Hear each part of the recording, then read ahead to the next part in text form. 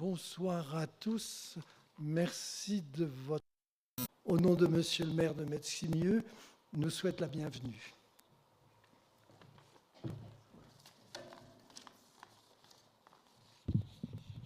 Mesdames, Messieurs, bonsoir. Je tiens à remercier toutes les personnes présentes, vous les familles surtout, parce que je mesure combien au quotidien c'est compliqué d'accueillir et de porter un enfant que moi je dirais extraordinaire. Les professionnels de la santé, les élus, et ainsi que M. Marchalot pour son invitation. Je souhaite la bienvenue au Dr Simon, qui va vous consacrer cette soirée. Je tiens à excuser Monsieur le maire, Jean-Luc Ramel et Madame Giroux, qui sont retenus ce soir par d'autres obligations. La municipalité de Metzimieux travaille en collaboration avec la PAGE afin de proposer une inclusion réussie aux personnes souffrant d'autisme. À ce jour, nous pouvons énumérer les réalisations suivantes. Nous avons créé une CLIS, une classe pour l'inclusion scolaire dans un de nos établissements à Metzimieux, suivie d'une ULIS, unité localisée pour l'inclusion scolaire, en collège. Nous avons un accueil au niveau de la page sur la commune, des locaux en centre-ville, puis création des logements près d'Intermarché, et tout récemment l'installation d'un ESAT, atelier d'aide par le travail, dans la zone de la Bassette. Nous accueillons des enfants porteurs de handicap à la crèche, chez nous, d'où le personnel est formé à cet accueil. Depuis 1999, Metzimieux a été précurseur concernant l'accueil d'enfants porteurs de handicap dans tous nos établissements scolaires, maternels et primaires, avec des AVS dans un premier temps financés par la mairie, vu que nous étions vraiment les premiers combattants pour l'intégration scolaire en milieu ouvert. Avec l'association Enfants Soleil 01 et Intégration 01, où avec M. Marchalot, nous avons eu de sérieux combats portés au niveau du département. Toutes nos associations sportives et culturelles accueillent aussi des enfants extraordinaires, sensibilisés à ce public différent. À la crèche, Metzimieux emploie une adulte porteuse de trisomie 21 qui a fait sa scolarité chez nous et qui a été embauchée en tant qu'agent de service. Elle vit toute seule en milieu ouvert et c'est vraiment une réussite pour la commune car nous l'avons pris dès l'âge de 4 ans et nous l'avons amenée jusqu'à ses 32 ans aujourd'hui. Juin 2024, création par le CCAS et moi-même d'une structure de jeu extérieure inclusive. Première création au niveau du département de l'Ain. Sur le haut de Metzimieux, au Ménel, nous avons des structures de jeu où un fauteuil roulant peut faire de la balançoire. Et l'année prochaine, il y aura un tourniquet avec fauteuil roulant et des jeux avec des accessoires sensitifs pour les déficients visuels et des enfants avec des troubles de l'équilibre. La municipalité, tout récemment, a cédé un terrain à Dinacité, à l'Euro Symbolique. Ce terrain en centre-ville verra la construction d'une résidence inclusive de 7 logements, réservés à des adultes porteurs de handicap, et 2 logements ouverts à tous. Le but étant de pouvoir sensibiliser les habitants de ces 2 logements à accueillir des habitants différents et de pouvoir vivre ensemble. Nous participons tout récemment aussi avec la page à un appel à projet pour la construction à Metzimieux d'un centre pour adultes autistes. Et comme je le disais tout à l'heure au représentant, M. Rondet, de la page au niveau du département, nous allons nous battre pour accueillir vraiment cette résidence pour autistes. Nous sommes tous attentifs, assurez-vous, au niveau du conseil municipal, aux besoins que peuvent avoir toutes ces personnes, et nous veillons à ce que chacun puisse s'épanouir le plus possible sur notre commune. Il est nécessaire d'informer pour que tout handicap, quel qu'il soit, ne soit pas un frein à une intégration dans notre société. Je vous remercie. Merci beaucoup, Madame Cluzel. C'est vrai que merci à la ville de Metzimieux qui, depuis de longues années, est engagée pour la défense des droits des personnes en situation de handicap. Quelques explications que je vous dois à propos de cette soirée. Tout d'abord, elle est organisée avec nos partenaires associatifs, les PEP, les pupilles de l'enseignement public, l'Autisme 69, l'UNAFAM et le pôle autisme d'Ambérieux. La ville de Bourg s'est associée à cette manifestation de la même manière que la ville de Metzimieux Et le conseil départemental nous soutient aussi. Et il a apporté une participation financière dont je le remercie vivement. Dans les informations préalables, nous avions annoncé que le professeur de Milly serait parmi nous. Et Madame le professeur de Milly, il y a quelques semaines, nous a informé qu'elle ne pouvait pas être à Meximieux ce soir. Pourquoi ? Elle préside actuellement à Abidjan un colloque sur l'autisme en Afrique. Et en tant que militants associatifs, nous étions extrêmement heureux d'apprendre qu'en Afrique aussi, on se préoccupe des problèmes des personnes en situation d'autisme. Alors, nous comprenons très bien son absence et nous lui souhaitons bon travail à Abidjan. Et pour remplacer Madame de Milly, nous avons la chance et l'honneur d'avoir le docteur Simon. Alors, le docteur Simon nous intéresse particulièrement parce qu'elle aussi est médecin au pôle autisme, troubles du neurodéveloppement et insertion et inclusion. Excusez-moi, j'ai fait un vocabulaire d'autrefois qui est revenu tout d'un coup, là, pardonnez-moi, et inclusion. Et cette démarche de ce pôle universitaire nous intéresse particulièrement. Et pour information, dans le souci de promouvoir la parole des parents et des personnes en situation de handicap, nous allons organiser à partir du mois de janvier un groupe de recherche médicale que nous a proposé le professeur de Milly. Pourquoi ? Pour justement donner à des personnes en situation d'autisme, donner à des parents d'autistes, adultes ou jeunes, l'opportunité de dire ce qu'est leur vie avec des enfants ou des adultes autistes. Et c'est en ce sens que ce pôle universitaire, au jour d'aujourd'hui, nous paraît extrêmement important et nous souhaitons voir s'accroître de plus en plus la collaboration avec cette université. Quelques petites précisions. Nous poursuivons à la page le travail de partage de connaissances sur l'autisme en 2025 et dans les prochaines années. Et nous sommes ravis de l'ouvrir à cette équipe lyonnaise qui nous apporte tant. Nous souhaitons le continuer en interassociatif. Le PowerPoint de cette conférence sera mis à votre disposition pour tous pendant et à l'issue de la conférence. Enfin, vous connaissez bien nos habitudes. À l'issue de la conférence, un temps important pour nous, c'est que vous puissiez échanger, vous, avec le docteur Simon, mais aussi tous ceux qui suivent cette conférence en visio. En principe, ils sont 180. Ça veut dire que nous avons un auditoire important. Enfin, c'est un secret pour personne non plus. Vous savez tous que la soirée se conclura par le pot de l'amitié. Mais moi, j'en ai assez dit. Ce n'est pas nous qui sommes importants aujourd'hui.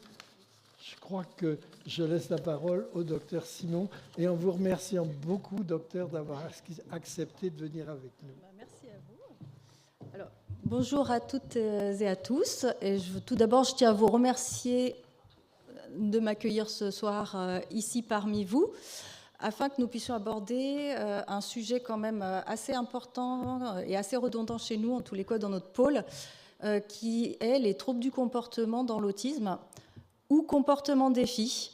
Donc aujourd'hui, là, moi je vais utiliser un peu indifféremment les deux termes.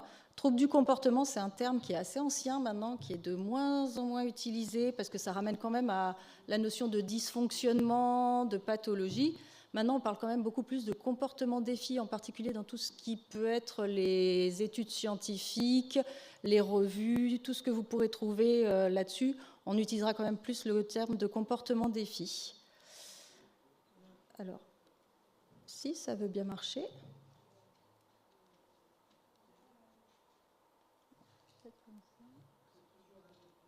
Ouais, la technique...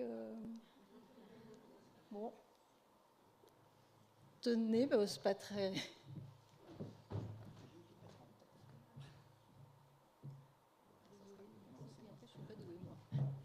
Voilà, ah oui, ça va mieux. Donc, pourquoi le terme de comportement défi, finalement, a plutôt été retenu que celui de trouble du comportement? Il ne doit pas y avoir pléthore de possibilités de prise en charge, malheureusement, et ça, c'est vraiment la grosse difficulté, parce que ce qu'on verra plus tard, c'est que les problématiques somatiques sont quand même vraiment majoritairement importantes dans la survenue de ces comportements défis. Et donc, le manque d'accès aux soins pour faire des évaluations, des prises en charge, ça nous pose quand même vraiment beaucoup de soucis. Alors, hop, ah zut, non, c'est bon. Donc là, sur cette diapositive, vous avez plus... Donc vous avez des comportements autour de l'alimentation, des comportements d'automutilation aussi, des personnes qui peuvent se faire du mal, mais de façon quand même extrêmement importante et extrêmement violente, puisque moi, dans toute mon expérience, on peut voir des personnes qui peuvent aller jusqu'à quand même perdre la vue suite à des comportements d'automutilation. Donc c'est quand même des comportements très très problématiques. On a aussi des comportements de destruction de l'environnement, donc ça c'est quand même également problématique pour l'inclusion des personnes dans du collectif, dans des structures adaptées, dans la vie courante également, parce que c'est pas facile pour les familles de pouvoir sortir avec leurs proches quand il y a des tels comportements. On a aussi les comportements d'agression, donc plutôt d'hétéro-agressivité envers l'entourage. Okay. Et voilà, moi je note juste que sur cette diapositive, alors je suis désolée, hein, j'ai repris un petit peu au pied levé le PowerPoint du professeur Demilly, donc je m'adapte un petit peu à ce qu'elle a mis, mais moi je trouve que ce qui est un peu dommage, c'est qu'elle a oublié aussi tout un tas de comportements défis qui sont beaucoup moins parlants au quotidien, qui vont être moins remarqués, mais qui peuvent être tout aussi embêtants et graves pour les personnes. C'est les comportements de retrait, d'isolement, des personnes qui sont tellement suffisamment mal et qui ont vraiment beaucoup de mal à aller vers les autres, à être acceptées, qu'elles préfèrent rester enfermées chez elles ou enfermées dans leur chambre. Et du coup, ça peut poser aussi de réelles problématiques quand la personne n'est plus dans capacité de sortir de chez elle. Donc ça, je pense que c'est aussi des comportements défis qui sont importants. Donc tous ces comportements défis, comme je vous l'ai dit tout à l'heure, ont une fonction. Donc l'objectif... Donc là, sur la diapo, il y a écrit environ 97% des comportements défis qui ont au moins une fonction identifiable. Voilà. Donc l'idée, il y a une fonction. Alors, la grosse difficulté des comportements défis, c'est de se dire qu'un même comportement défi chez une même...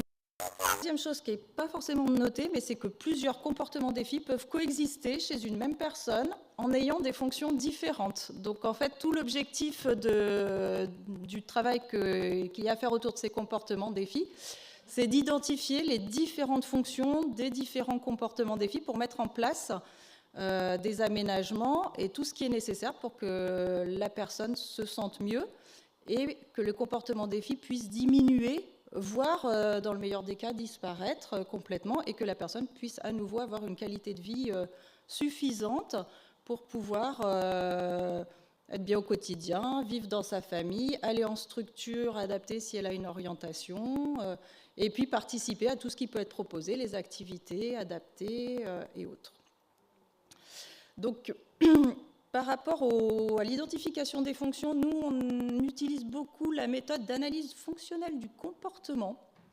Alors, la méthode d'analyse fonctionnelle du comportement, c'est une méthode en quatre phases. La première, alors, la base de cette méthode consiste déjà à bien connaître la personne, c'est-à-dire qu'il faut bien connaître la personne, ses antécédents, son environnement de vie, ses particularités aussi, parce qu'on peut avoir un trouble du neurodéveloppement, être autiste, avoir un trouble du développement. on n'a pas tous les mêmes envies, donc du coup, ça nécessite quand même une connaissance de la personne de ce côté-là. Et puis, une fois qu'on a cette base-là, l'objectif, c'est une observation directe ou indirecte du comportement des filles, qui va nous permettre d'émettre des hypothèses sur les fonctions, et ensuite de tester ces hypothèses en modifiant un petit peu l'environnement, en modifiant des choses autour de la personne pour voir si ça a un impact ou pas, si ça réduit ou pas le comportement des filles. Donc, voilà, là, c'est ce que je vous disais. En fait, c'est vraiment ce qui est les antécédents médicaux de la personne. Alors, les antécédents anciens, mais récents également. Les antécédents familiaux, ça peut aussi nous aider quand même. Et puis, tout ce qui a été fait du domaine du soin ou de la prévention auprès de ces personnes-là. L'environnement, les caractéristiques de l'environnement, donc ça, c'est très important également, puisque là, on part de l'hypothèse dans un certain nombre de situations où l'environnement influe énormément sur les personnes porteuses de troubles du neurodéveloppement. Et donc, un environnement complètement inadapté aux besoins de la personne peut à lui seul générer ou entretenir un comportement défi. Et enfin, les facteurs personnels, donc ça c'est vraiment inhérent à la personne, les particularités sensorielles, le fonctionnement cognitif, voilà, les appétences ou pas, voilà, les habitudes de vie dans la famille, qu'est-ce qui a été mis en place, enfin, tout ce qui peut soutenir la personne, tout ce dont elle a l'habitude et qu'elle aime. Alors là, je vais être... alors cette diapo-là, c'est pour vous rappeler à tous que là, je pense... Bon, ça, c'est à peu près... C'est mon évaluation à moi, mais je suis sûre qu'au moins 50% des comportements des filles trouvent une origine dans des problématiques somatiques, douloureuses, gêne ou inconfort. Malheureusement, encore aujourd'hui, on voit des personnes avec des troubles du neurodéveloppement qui manifestent des comportements des filles ou des troubles du comportement pour qui la seule solution qui va se trouver, c'est la prescription de psychotropes, qui n'est absolument pas déjà recommandée à l'heure actuelle. Et en plus, quand on a une pathologie, une douleur, quoi que ce soit, ça ne fera absolument pas disparaître la douleur. La seule chose que ça peut porter, c'est d'endormir un peu la personne. Du coup, effectivement, elle manifeste beaucoup moins sa douleur. Des 50% en général, quand on vient nous voir, une fois sur deux, le comportement des filles trouve son origine dans un problème somatique. Les plus fréquents chez les personnes qui sont porteuses de troubles du neurodéveloppement, ça va être les troubles digestifs en premier lieu, tout ce qui est de l'ordre de la constipation, du reflux gastro-œsophagien et autres. Donc ça, c'est prioritaire de vérifier tout ça. Les dents, les soins dentaires. Alors surtout que je vous ai dit qu'avant, on avait un gros problème d'accès aux soins pour nos patients. Donc évidemment qu'en plus je vous dis il faut absolument qu'ils voient le dentiste régulièrement. Moi je trouve que même on conseille une fois par an, si on y arrive une fois par an c'est super.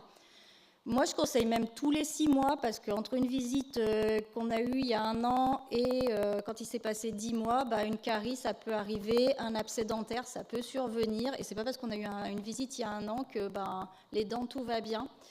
Donc c'est vrai que c'est facile à dire ce soir comme ça entre nous. Après, je sais que la pratique, c'est tout autre. C'est-à-dire qu'on n'a pas, malheureusement, très très peu de lieux d'accueil pour les soins dentaires pour ces personnes-là. Donc ça, ce serait chouette. Je ne sais pas à qui il faut s'adresser, mais ça, ce serait bien si ça pouvait, en tous les cas, remonter plus d'accueil pour les prises en charge de ces personnes. Au niveau de la diapo, moi j'ai retenu de toute façon quand il y a un comportement qui survient très inhabituel chez une personne qui allait plutôt bien, voilà, et là d'un coup brutalement on a un comportement complètement inhabituel, violent, agressif. Alors là, je dirais 9 fois sur 10, on a de la douleur. Moi, j'ai beaucoup vu ça avec des douleurs dentaires, des personnes qui allaient très bien, qui n'avaient aucun moyen d'expression. Et puis, on nous appelait parce que, on prenait rendez-vous parce que, voilà, il frappait, il crachait, il fuguait, voilà. Et finalement, après coup, on s'apercevait qu'il y avait des soins dentaires à réaliser. Et qu'une fois mis sous antalgique et les soins dentaires réalisés, le comportement des filles, il cédait spontanément.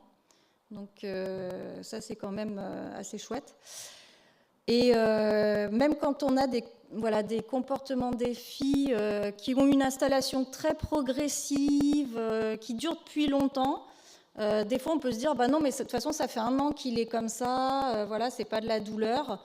Eh bien si, parce que ça peut être des petites douleurs qui se sont installées très très progressivement, pour laquelle la personne s'est manifestée au début doucement envers l'entourage, puis petit à petit, l'inconfort, la chronicité de l'inconfort s'installe, la chronicité de la douleur, et du coup ça devient de moins en moins supportable, et le comportement il devient de plus en plus violent. Là j'ai encore eu l'exemple tout à l'heure d'un patient, ça fait 1 an que les comportements des filles ont démarré, puis finalement avec l'entourage on a vraiment conclu qu'il y avait des gros problèmes douloureux à régler. Donc voilà, donc même quand c'est depuis longtemps, il faut savoir que les comportements des filles peuvent quand même persister et s'installer, et qu'il peut y avoir de la douleur là-dessous. Voilà, donc là l'idée ce serait aussi que ce qui serait bien, c'est que les médecins généralistes puissent être formés et un petit peu aguerris par rapport à la prise en charge de ces patients. Donc ça ce serait bien, parce que du coup ça ferait au moins des médecins de premier recours vers lesquels les familles pourraient se retourner, ce qui permettrait déjà d'avoir un premier débrouillage, parce que nous par exemple on a énormément d'attentes au niveau des consultations. C'est vrai que quand il faut attendre 2 mois notre consultation pour quelqu'un qui souffre déjà depuis un petit moment, c'est un petit peu long, donc c'est un petit peu dommage. Donc voilà, ça c'était vraiment parce que pour moi c'est très très important en tous les cas de rappeler ça, même si à rappeler. Les autres, après une fois qu'on a passé le côté somatique, le côté douloureux, les autres causes qu'on peut retrouver le plus fréquemment et qui sont pourvoyeurs de comportement des filles, c'est les difficultés de communication. Parce qu'effectivement, en fait, le comportement des filles même quand il y a de la douleur, c'est un moyen de communication. On se retrouve face à des personnes qui n'ont pas d'autre moyen de s'exprimer que celles-ci, à qui on n'a pas pu qui n'ont pas eu la chance de pouvoir avoir ce qu'on appelle des moyens de communication alternatifs, qui n'ont pas pu en faire l'apprentissage, et donc qui n'ont pas d'autres moyens de s'exprimer que des fois en tapant, en crachant, en cassant, en jetant. Donc nous on le voit assez fréquemment ça aussi. Donc là l'idée, la solution en tous les cas qu'on pourrait trouver à cette problématique, c'est l'apprentissage d'un moyen de communication alternatif. Celui-là, j'ai envie de dire, plus tôt on le met en place, mieux c'est. Alors ça, pareil, c'est un peu mon cheval de bataille, c'est que c'est quand tout va bien qu'il faut vraiment mettre en place tous ces moyens-là. Parce que c'est pas quand on est mal, qu'on n'est pas bien, qu'on tape, qu'on crie, que les professionnels et les familles sont épuisées, qu'on arrive à mettre en place tous ces outils-là adaptés aux personnes.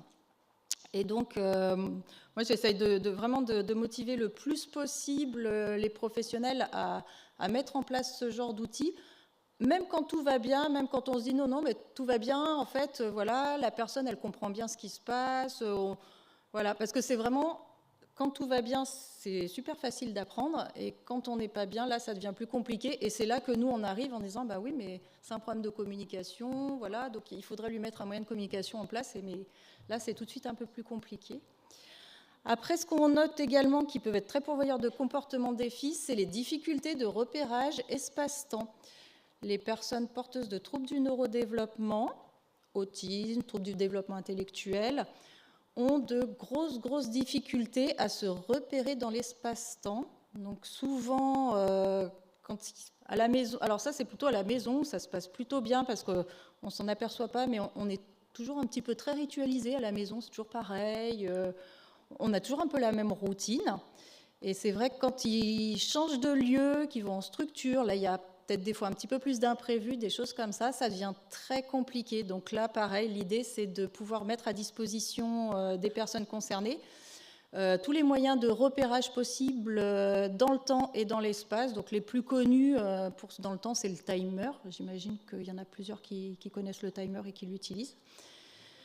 Mais voilà, en tous les cas, on voit bien que c'est quand même un gros pourvoyeur de troubles du comportement. Et enfin, on a toutes les... Alors là, c'est écrit problématiques sensorielles. Moi, je parlerai plutôt de particularités sensorielles qui deviennent problématiques quand l'environnement n'est pas adapté aux particularités de la personne. Effectivement, une personne qui est hypersensible au bruit, si on la met dans dans un collectif assez important avec des personnes bruyantes, des locaux qui résonnent. Alors, je vous dis ça parce que je l'ai vu en fait dans un lieu dans le Rhône, voilà, et c'était une ancienne église qui a été transformée en lieu d'accueil pour personnes porteuses de troubles du neurodéveloppement, et donc ça résonne épouvantablement, et donc il y avait une jeune femme qui avait une grande hypersensibilité auditive, en plus qui portait des appareils, donc du coup, en fonction de comment ils étaient réglés, eh ben, elle pouvait avoir de gros inconforts par rapport à ces résonances qu'il pouvait y avoir, mais jusqu'à créer de vrais comportements avec des cris, des fuites, des tentatives de mise à l'écart, de retrait. Donc ça peut être vraiment très problématique si l'environnement n'est pas adapté aux particularités sensorielles des personnes. Alors ça, c'est un exemple d'outil que nous, on utilise. Je vous l'ai mis parce que c'est un autre collègue qui l'a conçu, le docteur Bonazzi, qui travaille également avec le professeur Demilly. Voilà, donc c'est pour l'analyse du comportement des filles. C'est un outil d'aide à l'analyse. Donc l'idée, c'est de noter quel est le comportement des filles qui pose problème actuellement à la personne concernée, de bien noter le contexte, toujours rappeler dans le contexte dans lequel c'est survenu, parce que c'est vraiment ça qui va nous aider. Et puis également les actions qui ont été réalisées au moment du comportement des filles, mais y compris toutes les actions qui ont été réalisées successivement après. Parce que souvent, les comportements des filles se mettent en place parce qu'il y a un besoin de la personne, mais comme le professeur Demilly le dit souvent, il n'y a aucun comportement des filles qui persiste si on ne le renforce pas. Donc très souvent, sans s'en apercevoir, on peut avoir, nous, des actions ou des comportements qui vont faire que la personne, la fois suivante, elle va répéter ce comportement. En tous les cas, c'est nous qui aussi l'entretenons. Donc du coup, c'est très important de noter bien ce qui a été fait après, parce que du coup, ça peut nous aider aussi dans la résolution de la problématique. Ça, c'est un outil que moi j'aime bien. La grille de dispersion. Donc là, l'idée, c'est de noter la survenue des comportements des filles, quel jour, quelle heure, et puis ça nous donne une belle vue d'ensemble. Alors là, c'est hebdomadaire, mais ça peut être mensuel également, et ça peut vraiment nous aider à cibler un petit peu quand est-ce que le comportement des filles survient, et d'avoir des fois des idées si c'est autour des repas, si c'est plutôt en fin de journée avec la fatigue. Donc là, en tous les cas, ça, c'est des outils qu'on utilise beaucoup et qu'on encourage beaucoup les professionnels à utiliser ce genre d'outils. Voilà, donc là, ça, c'est les différentes fonctions des comportements des filles. Donc, généralement, un comportement des filles, comme je vous l'ai dit, la personne ne fait pas un comportement des filles comme ça au hasard. C'est qu'elle veut vraiment exprimer quelque chose. Donc, soit elle exprime le besoin d'obtenir quelque chose. Donc, le plus fréquent, moi, ce que je retrouve beaucoup, c'est la nourriture. Les personnes qui veulent de la nourriture, donc qui vont tout faire pour y arriver. Ou soit ça peut être également un évitement, donc l'évitement de la douleur, l'évitement de tâches ou d'activités déplaisantes, par exemple, peut provoquer un comportement des filles. Alors déplaisant, non pas au sens ça me plaît pas, j'ai pas envie de le faire, mais déplaisant plutôt au sens où c'est pas forcément adapté aux particularités de la personne.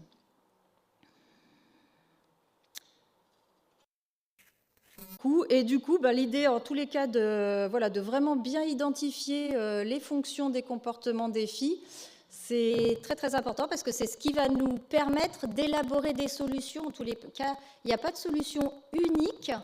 Nous, au niveau du pôle, en général, on construit, entre guillemets, les solutions avec la famille, avec l'entourage, avec les professionnels, parce que effectivement, quand c'est des problématiques sensorielles, des problématiques de communication, on est obligé également de tenir compte de l'environnement de la personne pour pouvoir tenter de résoudre. Donc, il n'y a pas vraiment de solution bien évidente en tous les cas à ces comportements des filles, mais une fois qu'on a vraiment identifié la fonction, l'idée ensuite, c'est de co-construire tous ensemble la meilleure des prises en charge possibles afin de limiter la survenue du comportement des filles.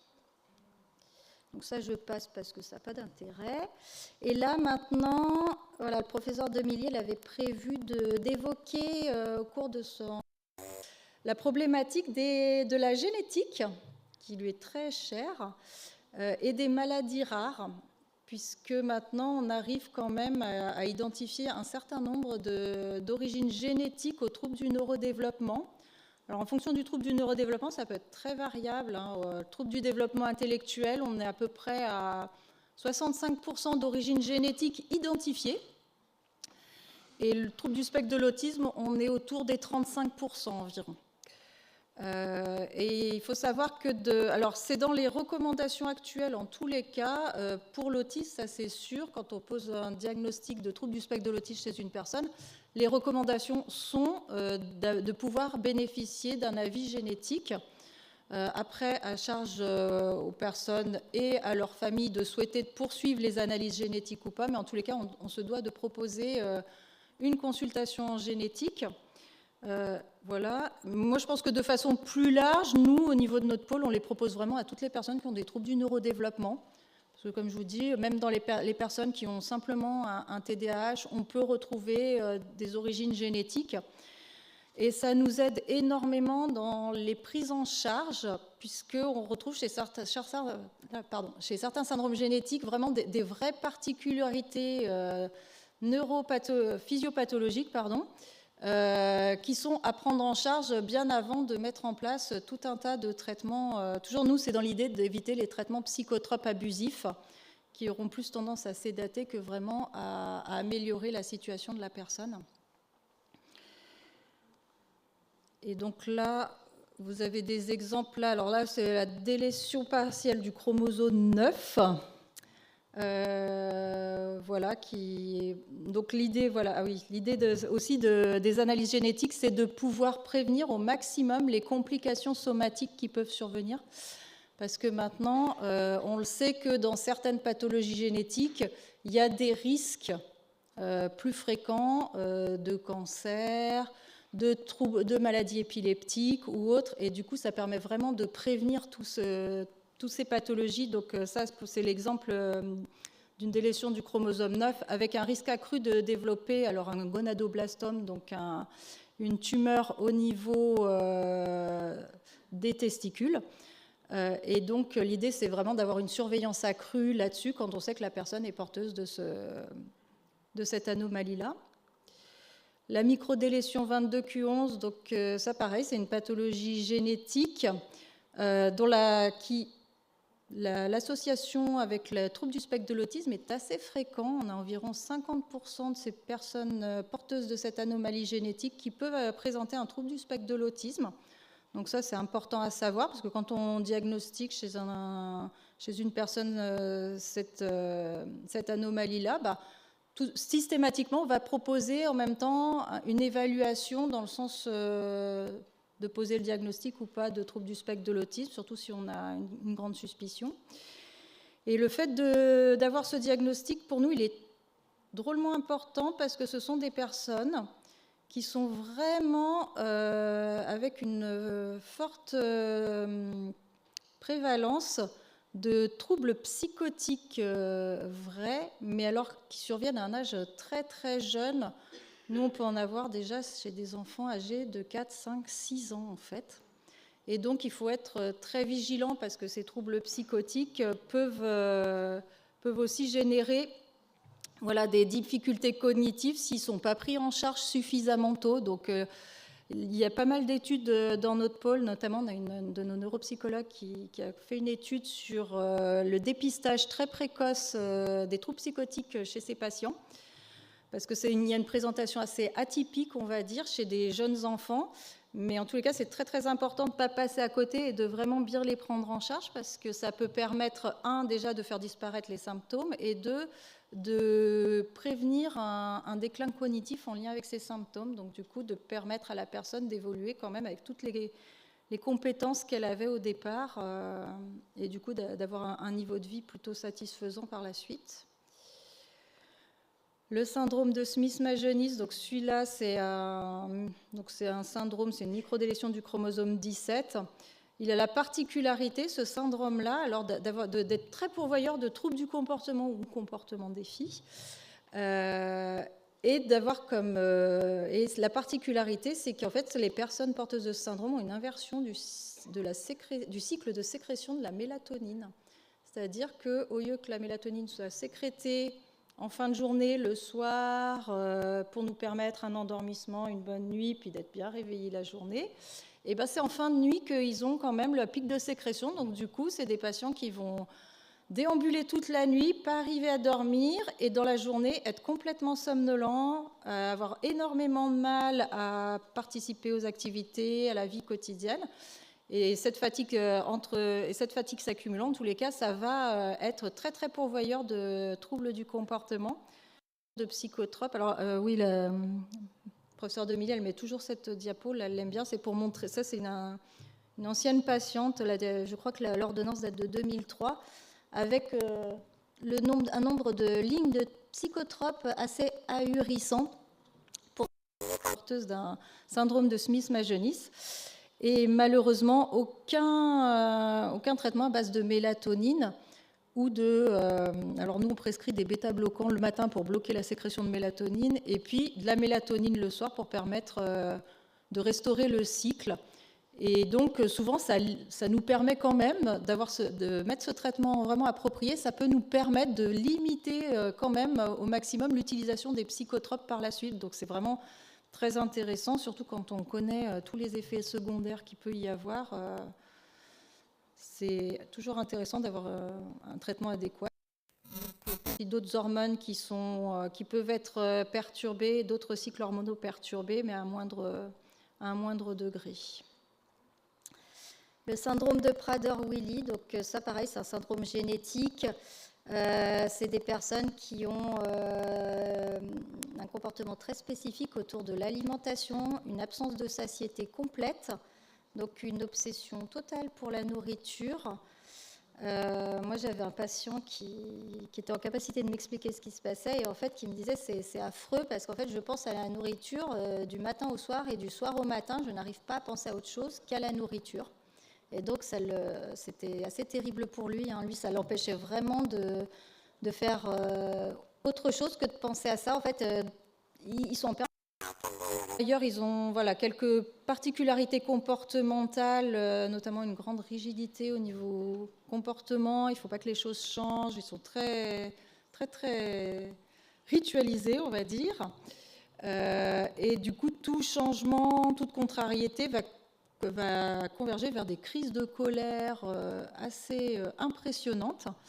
Et on a découvert que ces patients-là, finalement, il y avait un antiépileptique qui leur convenait plutôt pas mal, avec lesquels on avait de bons résultats, et sur le comportement, et sur les prises alimentaires, puisqu'il limitait un petit peu les envies de prise alimentaire, et que c'était bien plus efficace en tous les cas que tous les neuroleptiques qui pouvaient être utilisés, puisque ces traitements-là sont plutôt mal tolérés dans ce syndrome. Alors là, on va tous les passer. Il y a le syndrome de Phelan-McDermid. Ça, c'est un syndrome qui peut être donné pas mal de troubles du neurodéveloppement, troubles du développement intellectuel, troubles du spectre de l'autisme. Et là, actuellement, il y a des études en cours. Apparemment, le lithium serait un traitement qui conviendrait plutôt pas mal à ces personnes-là par rapport aux troubles du comportement. Et enfin, le dernier, c'est la mutation SYNGAP1. Donc, c'est une maladie épileptique avec troubles du comportement, de l'épilepsie chimio-résistante, donc qui résiste à beaucoup de traitements, pour lesquels on avait des patients, nous, dans notre service, qui sont restés assez longtemps et on avait vraiment beaucoup de mal à les stabiliser. Et puis, le professeur Demilly a tenté de l'utilisation de l'Epidiolex. Alors, je ne sais pas si ça parle à tout le monde. C'est le seul traitement qui a l'autorisation d'être utilisé en France à base de cannabidiol.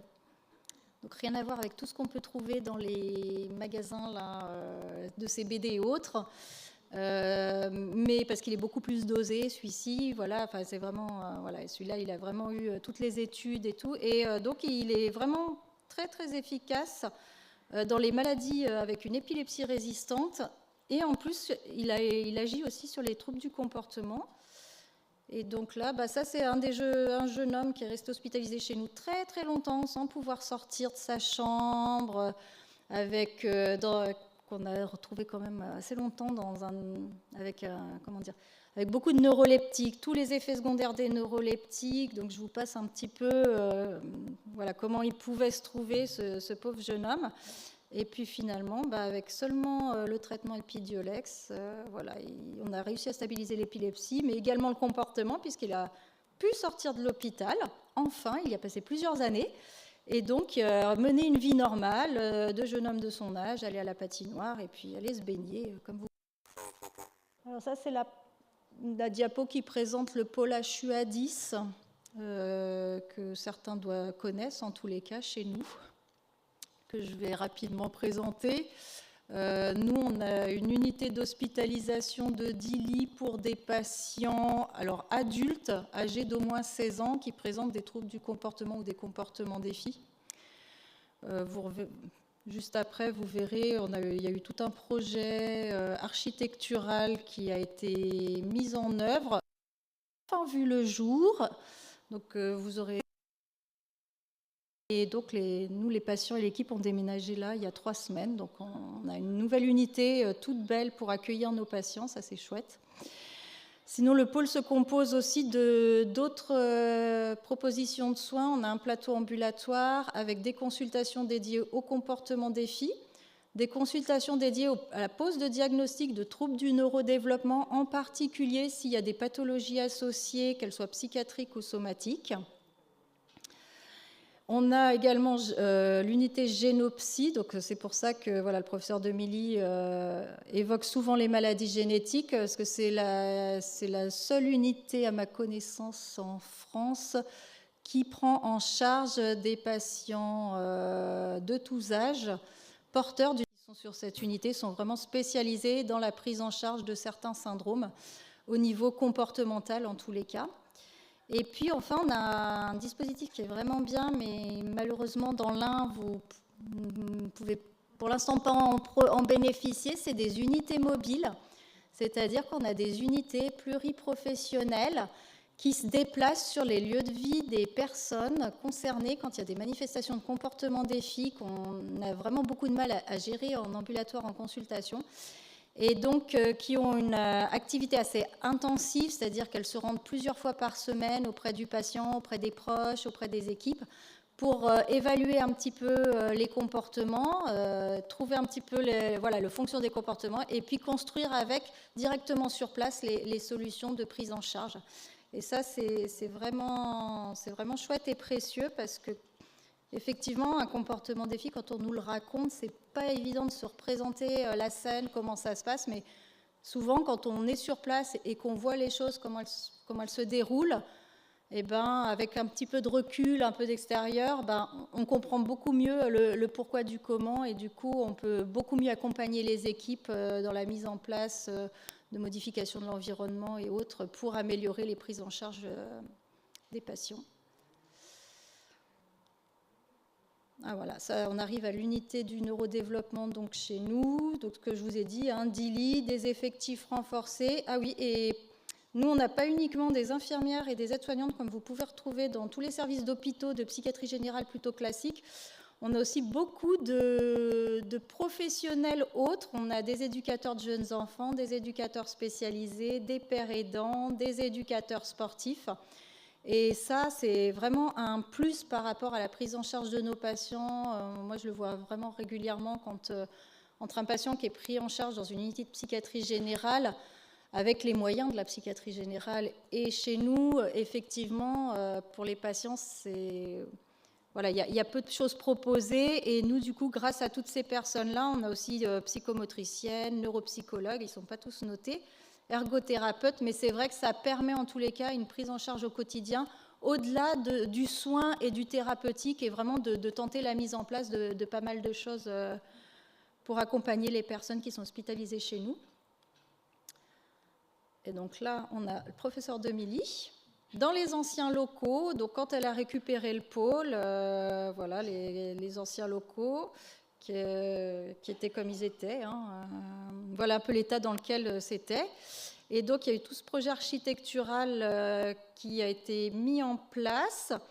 qui a donné le jour à notre nouvelle unité d'hospitalisation en partant du principe que, en partant de l'hypothèse que l'environnement influe sur le comportement de la personne. Et donc, l'idée première de cette nouvelle unité, c'était de construire une unité le plus adaptée possible au maximum de particularités qu'on peut retrouver chez les patients, parce que nous, on ne peut pas prévoir à l'avance qui sera hospitalisé, quand, comment. Donc, on a essayé de faire vraiment le maximum, en tous les cas, pour qu'il y ait pas mal de solutions diverses et variées qui puissent correspondre le plus possible aux problématiques des patients. Et donc, ben voilà, maintenant, ça donne ça. Donc, ça, c'est une photo de synthèse, mais alors vraiment, honnêtement, c'est vraiment ça, notre bâtiment d'hospitalisation, avec beaucoup de vitres, beaucoup de lumière naturelle, beaucoup de verdure aussi. Comme vous pouvez le voir, on a un petit jardin sensoriel aussi, alors qui n'est pas en accès libre pour l'instant, mais qui le sera, je pense, à partir de ce printemps. Ça, c'est l'intérieur des locaux, toujours pareil, lumière naturelle, de la verdure même à l'intérieur, l'arbrillier aussi, hein. Et avec le moins possible d'angles. Alors ça, j'ai appris ça il n'y a pas très longtemps. Finalement, c'est très très courbe à l'intérieur, même l'extérieur, parce que il y a eu des études faites sur le sujet et apparemment les angles favoriseraient l'agressivité, je ne sais pas comment le dire, un petit peu, ce sera plus difficile d'abord, en tous les cas, que tout ce qui peut être rond et serait plus doux. Donc du coup, nous, on a beaucoup de choses rondes au niveau de cette unité d'hospitalisation, avec 3 couloirs principaux et là, avec une salle de soins centrale. En plus, ça, c'est pas mal pour les soignants qui peuvent être dans une salle de soins centrale, toute vitrée. Comme ça, ils ont vraiment un visuel sur l'ensemble des patients pour intervenir s'il y a quoi que ce soit, s'il y a un besoin. Il y a également des espaces, beaucoup d'espaces un petit peu d'isolement ou de retrait pour les personnes qui en auraient le besoin, avec des lumières tamisées de différentes couleurs en fonction. Enfin, c'est très Snozelen, un peu pour ceux qui connaissent. Ils ont fait ça un petit peu ils se sont basés un petit peu sur tout ce qui pouvait être apaisant au niveau sensoriel. Donc voilà, ça c'est encore, voilà, ça, avec un accès sur l'extérieur. Et donc voilà, je crois que ça c'est la dernière diapo. Ouais, voilà, ça c'est le réseau. Bon, ça, tout ça pour dire qu'il y a 5 centres de référence sur les maladies rares en France et 6 centres de compétences maladies rares. Voilà, et vous avez les responsables en photo. Voilà, je pense qu'on m'avait dit que le plus intéressant, ce serait quand même les questions et le fait d'être assez interactif. Donc, du coup, moi, je vous ai présenté assez succinctement les comportements des filles, mais s'il y a des questions, des précisions, eh ben, n'hésitez pas. Merci. On a oublié de vous le donner peut-être. C'est pas Merci grave, beaucoup, docteur. Des micros vont circuler dans la salle si effectivement les uns ou les autres veulent poser des questions. Surtout, ne vous censurez pas. Allez-y.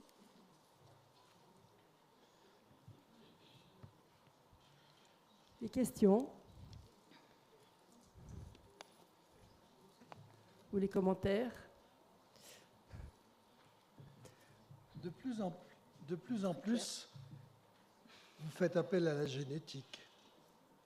Alors, on fait de plus en plus appel à la génétique, déjà parce que c'est une obligation, c'est dans les recommandations de l'HAS pour les troubles du spectre de l'autisme, c'est ce que j'ai dit tout à l'heure, il doit y avoir au moins la proposition à la personne et ou à la famille, selon le cas de figure, mais en tous les cas, d'avoir un avis génétique, effectivement.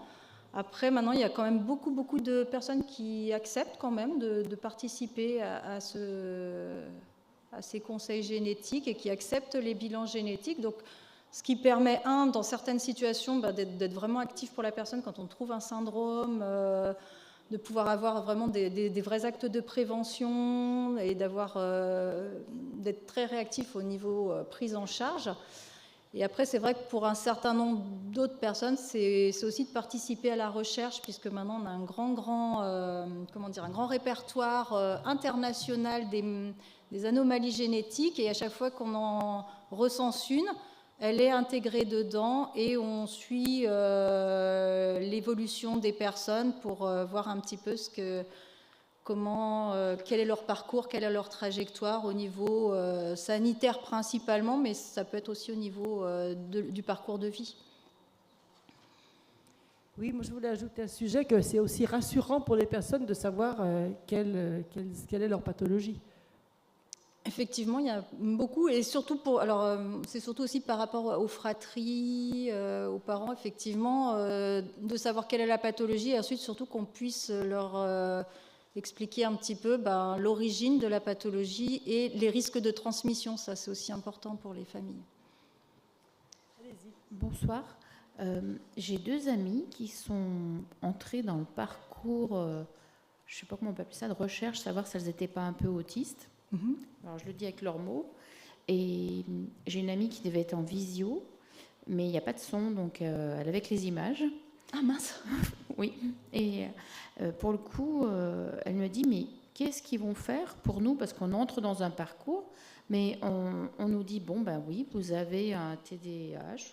Mais elles ont 30 ans, 26 ans, et elles doivent travailler, elles ont du mal à rencontrer, enfin, socialement, à aller vers les autres. Enfin, et c'est pas facile. Est-ce qu'elles pourraient faire partie de ces études, justement? Alors, à ma connaissance, le TDAH, on n'a pas trop d'études, nous. Par contre, effectivement, les troubles du spectre de l'autisme, oui, elles peuvent faire partie des études. Après... Comment elles peuvent le savoir? Vers qui elles se tournent? Parce que c'est pas facile quand même. Là, ma petite voisine, ça fait déjà 2-3 ans qu'elle se bat. Ses parents ont eu du mal à l'accepter. Mais maintenant, ils se rendent compte. Et puis, mon autre amie, c'est pas facile. Ah bon, il faut, alors, si les personnes habitent dans un rayon assez proche, elles appellent notre secrétariat. Alors, nous, je ne sais pas on a un numéro unique. On l'a peut-être pas mis, mais on pourra vous le donner. Ça, ce qu'on pourra mettre, voilà. Mais il y a... Ah bah si, voilà, sur le PowerPoint, vous avez un numéro de téléphone, c'est le guichet unique chez nous. On veut bien, mais c'est quand même pas facile à lire. 04. Ah bah, vous aurez le PowerPoint a priori après, donc on va vous le transmettre. Mais en tous les cas, pas hésiter, voilà, à téléphoner, à expliquer aussi les besoins qu'ont la personne a, et en fonction des besoins, nous, toutes les demandes, soit les demandes, elles peuvent être facilement orientées vers tel ou tel dispositif, et voilà, on ne se pose pas de questions. S'il y a des questionnements, en général, on a toutes les semaines une réunion pluriprofessionnelle où on évoque justement les demandes qui sont un peu inhabituelles, pour voir comment on pourrait orienter au mieux les personnes. Alors, ça peut être des fois chez nous, on peut proposer de les recevoir, parce qu'on se dit, tiens, finalement, si, il y a peut-être ça peut correspondre. Et sinon, de les réorienter sur les dispositifs adaptés, en fonction des besoins qu'ils nous auront exprimés. Donc souvent, en fait, on appelle à ce numéro unique, et généralement, nos secrétaires vont envoyer comment ils appellent ça, des formulaires, pour expliquer un petit peu la demande, étayer la demande. Et donc, en fonction des souhaits et des besoins des personnes, soit nous, on peut y répondre et on propose un rendez-vous, on propose quelque chose. Soit, si on ne peut pas, généralement, on cherche toujours à orienter, à trouver une solution et à orienter vraiment la personne vers quelque chose qui sera adapté à ses besoins.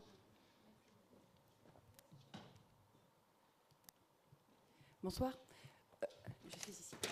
Vous parlez de neuroleptiques, justement, sur les personnes autistes, et visiblement, ils sont trop prescrits. Le problème, c'est qu'en tant que parent, quand il y a des profils un peu complexes comme TSA, TDAH, multidys, on vous impose, entre guillemets, ce traitement parce que c'est pour que votre enfant aille mieux. Et effectivement, ça fait 2 molécules qu'on teste, c'est une catastrophe. Il est en dépression. On n'arrive pas à avoir un suivi en CMP. Donc là, on est en pleine détresse parce qu'il a des idées suicidaires.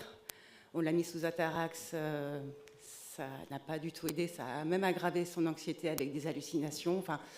Donc les neuroleptiques, on est d'accord que du coup, ils ne sont pas à prescrire. Bon, là, c'est un peu le cheval de bataille, c'est-à-dire qu'en fait, souvent, on se retrouve avec des prescriptions, je dirais, quand même assez impressionnantes chez des personnes porteuses de troubles du neurodéveloppement. Alors, J'ai toujours l'espoir que pour les plus jeunes, bah non, il y a un message maintenant qui soit passé et qu'on voilà, on envisage les choses sous un autre angle. Mais voilà, il n'y a pas si longtemps que ça, pour des personnes un peu plus âgées, effectivement, elles ont des listes de prescriptions qui sont absolument incroyables. Après, les neuroleptiques ont leur intérêt.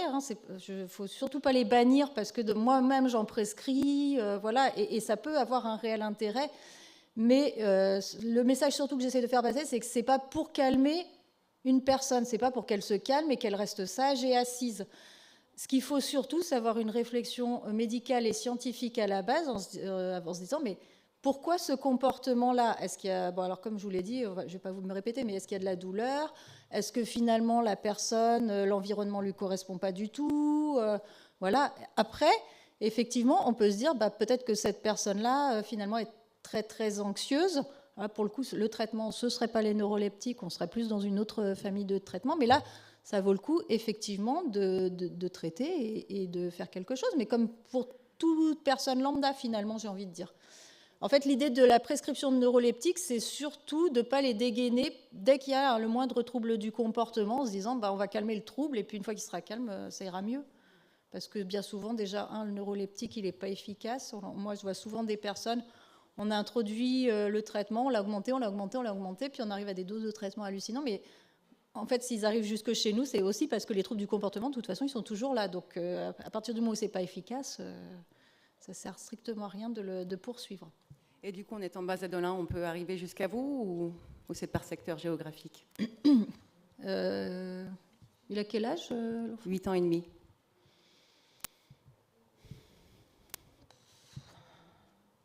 Théoriquement, non, mais c'est un peu en train de changer. En fait, normalement, nous, on peut recevoir en consultation sur toute la région Auvergne-Rhône-Alpes à partir de 12 ans, 12-13 ans. Mais là, on a quand même pas mal de demandes d'enfants un peu plus jeunes, effectivement, qui viennent notamment en particulier du département de l'Ain ou de l'Isère. Et effectivement, devant toutes ces demandes, je pense qu'on est en train de réfléchir à pouvoir y répondre en tous les cas. Donc après, j'ai envie de vous dire, vous pouvez toujours essayer d'appeler le numéro, toujours le même. On va vous envoyer, mes collègues secrétaires vous enverront un formulaire. Et puis, je pense qu'il faut, voilà, nous, c'est aussi au fur et à mesure où on a beaucoup de demandes, à un moment donné, il faut aussi qu'on y réponde. Enfin, en tous les cas, on ne peut pas laisser des personnes qui sont en demande comme ça en disant, non, on ne vous prend pas parce que vous n'habitez pas au bon endroit. Donc, l'idée, c'est que plus il y a de demandes, si on voit vraiment qu'il y a des territoires qui sont très en demande, c'est d'ouvrir aussi un petit peu plus les possibilités. Donc, j'ai envie de dire, faites la demande. Hein. Merci.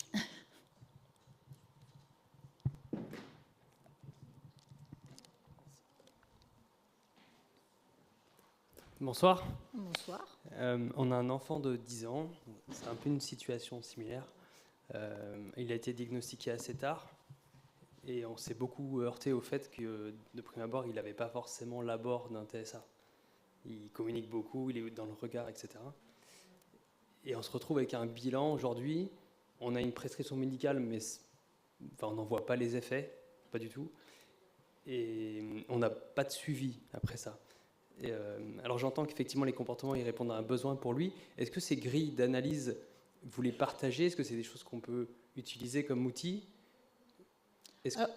Oui. Alors, nous, on les partage beaucoup plus avec les professionnels qu'avec les familles, parce que c'est vrai que ce n'est pas forcément des outils faciles à utiliser. Enfin, ça demande quand même un peu de temps. Ça, voilà, c'est vrai c'est vraiment des outils qu'on utilise plus dans les structures, mais qui peuvent être utilisés, qu'on peut aussi fournir aux familles, parce que du coup, effectivement, les familles, elles sont dans la prise en charge, et des fois, ça peut aussi aider à comprendre certaines choses. Donc, c'est ça, et surtout, aujourd'hui, on est dans une situation où, en fait, on a des délais qui sont faramineux. On nous parle de TCC, de thérapie cognitivo-comportementale, et on n'a même pas encore un rendez-vous. On ne sait même pas nous en donner.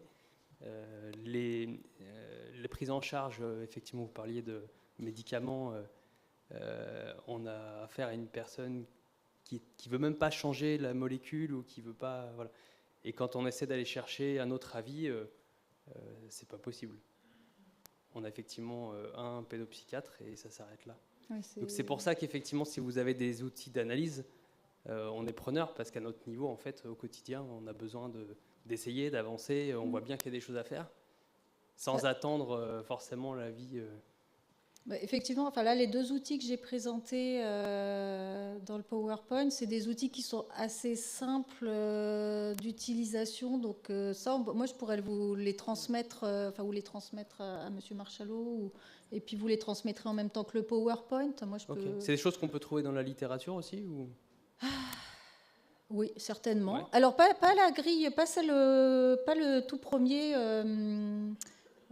Celle qui a été faite par mon collègue, parce qu'en fait, il l'a créée il n'y a pas si longtemps que ça. Donc ça, c'est notre grille un peu faite maison, pas du tout validée, mais en tous les cas, qui moi, je trouve plutôt pas mal. Mais par contre, la grille de dispersion, normalement, ça, c'est un outil qui est validé, qui est vraiment... qu'on doit pouvoir trouver même sur Internet, effectivement. Mais je pourrais toujours faire passer, nous, les modèles que nous, on utilise, sachant que c'est... Après, voilà, je dirais la grille de dispersion, le plus difficile, vous verrez, il faut noter quel comportement on cible et ensuite noter quand est-ce qu'il survient. Bon, ça, c'est pas... Le plus difficile, c'est de décider de quel comportement on va... quel est le comportement qu'on va noter dans les grilles. Ok. Pour finir, après, je passerai la parole. Les grandes difficultés qu'on a, c'est pour avoir aussi un suivi à domicile. Un éducateur, on n'a pas trouvé. Dans l'un, on ne trouve pas du tout. Et de l'aide à l'école. Parce qu'à l'école, il y a un vrai sujet. On a ramé comme des ânes et on n'a toujours pas d'intervention de quelqu'un de tiers à l'école. Vous parlez d'une AVS, AESH oui, voilà. Ou aussi de référents pour les enseignants. D'enseignants référents, ok. D'enseignants référents, etc. Enfin, on voit que les enseignants sont livrés à eux-mêmes et ils ne savent pas gérer du tout. C'est compliqué parce qu'en fait, les enseignants, ils ne sont pas du tout formés pour ça, malheureusement. Et alors, il y en a un certain nombre qui aimeraient vraiment être formés, qui sont super motivés, super volontaires, mais alors, ce qu'on leur propose est rien, c'est à peu près la même chose. Donc, c'est vrai qu'ils sont... Même les plus volontaires sont un petit peu perdus dans la prise en charge des enfants avec des particularités, des besoins spécifiques. Et là, j'ai malheureusement pas de solution à vous proposer. Pour répondre au papa, sachez que les professeurs peuvent se tourner. Donc dans l'Inde, il y a la maison d'éducation.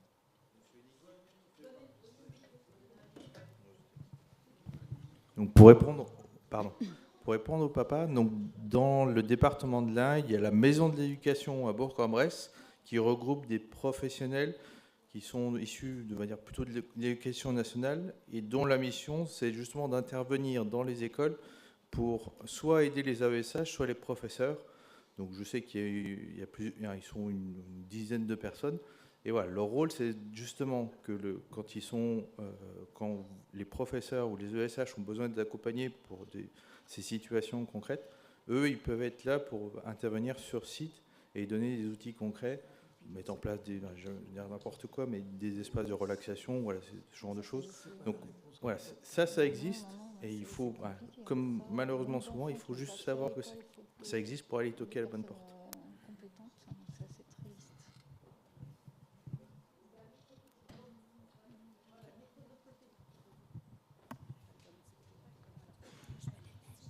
Bonsoir, donc je suis inspectrice de l'éducation nationale et je représente donc l'ASH pour le département de l'Ain. Effectivement, je rejoins ce qu'a dit le monsieur. On a des services, on a des personnes formées pour personnes ressources pour les troubles du neurodéveloppement. Mais effectivement, il y a un cheminement pour pouvoir les approcher, les saisir. Il faut passer. Donc l'école passe par la circonscription et c'est la circonscription qui arrive.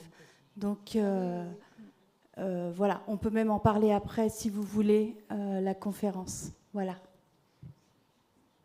Oui, alors c'était aussi pour compléter les informations par rapport à l'éducation nationale.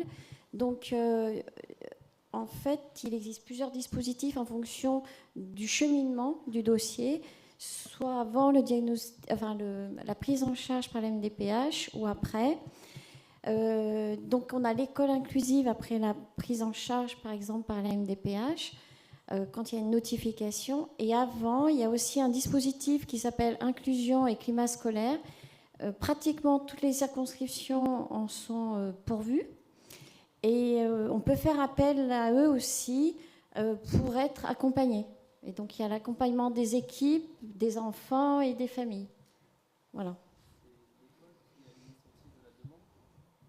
Alors, ça peut être l'école, mais ça peut être les familles aussi, quand elles ont connaissance du dispositif. Ce n'est pas forcément que l'école, mais il faut s'adresser à la circonscription du secteur.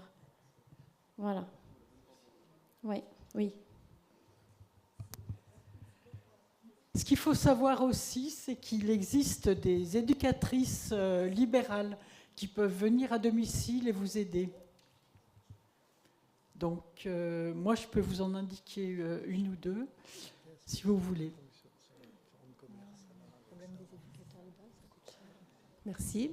C'est une solution, moi je trouve que c'est une bonne solution, mais financièrement, les parents me disent c'est compliqué. Alors moi, je suis maman de 2 enfants en trouble du spectre autistique et TDAH, donc une de 15 ans et un garçon de 6 ans. Excusez-moi, j'aime pas parler en public, c'est pour ça que j'ai la voix qui tremble. Et en fait, ils n'ont pas de trouble, comment on appelle ça, de déficience intellectuelle. Mais du coup, c'est un peu compliqué parce que ma fille, là, elle est au CMP, mais c'est même pas eux qui m'ont dit qu'il y avait un trouble. Donc ça fait des années que je dis qu'il y a un problème. Et ils m'ont dit que de toute façon, le retard, il va se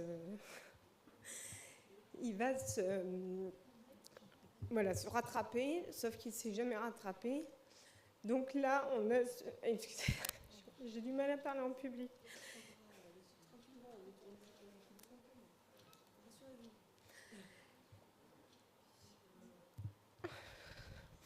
Et donc du coup, c'est les professionnels, c'est un peu compliqué à en trouver. Donc du coup, là, on a une éducatrice quand même qui vient à la maison, qui nous aide. Mais il est vrai que c'est pas facile. Voilà. Voilà. Effectivement, c'est quand même des situations assez fréquentes qu'on retrouve, hein, les retards de diagnostic, les difficultés de prise en charge. Et puis aussi, tout ce qui incombe aux parents, c'est vrai que ça fait quand même une charge en plus aux parents, ça leur fait beaucoup de choses dont il faut se préoccuper, et du coup, oui, ça rend le quotidien très compliqué. Je vous rejoins. Après, il est vrai que comme je suis quand même un petit peu accompagnée, ça aide aussi, mais la gestion des crises n'est pas forcément facile. Non, c'est pas simple, effectivement, ouais, je vous rejoins. Après, le CMP, ils accompagnent plus du tout les enfants ? C'est qu'en fait, nous, on habitait à Villars avant, elle était suivie au CMP de Bourg, ma fille est née. Donc c'est eux qui m'ont dit que de toute façon, tout va se rattraper.